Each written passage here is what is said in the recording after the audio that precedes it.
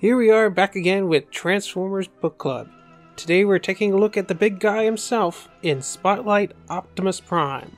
Following the events of Escalation, Optimus Prime is distressed by his near-fatal battle with Megatron and the ominous presence he felt in the void.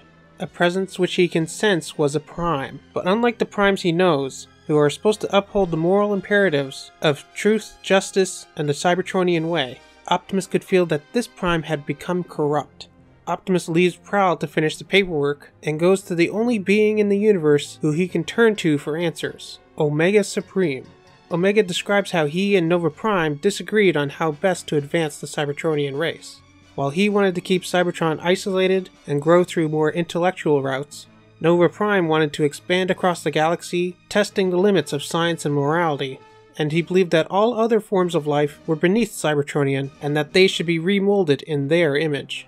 But Omega and Optimus' conversation is cut short as Monstructor attacks. As the first combiner in the IDW Transformers lore, he proves to be too much even for the mighty Omega Supreme, and Optimus blasts open an airlock which flushes everyone into space, buying them a moment to speak.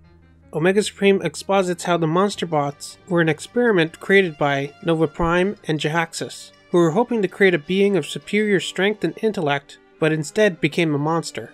When its creators disappeared, Omega had them confined to a dimensional prison for all of eternity, which I guess they must have escaped and now want revenge. Optimus chastises Omega for playing God, just like Nova Prime, and Omega tells Optimus about Monstructor's Achilles heel.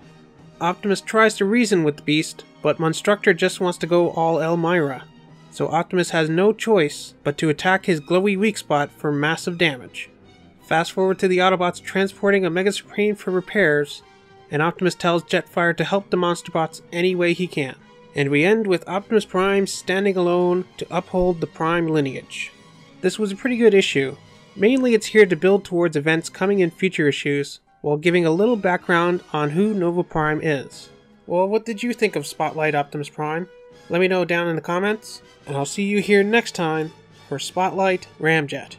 You know, that one conehead who's not Thrust or Dirge. Ooh, now I have a cute little squirrely really do pet and love and cherish and squeeze!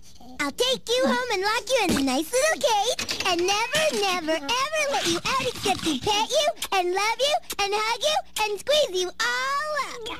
Won't that be fun?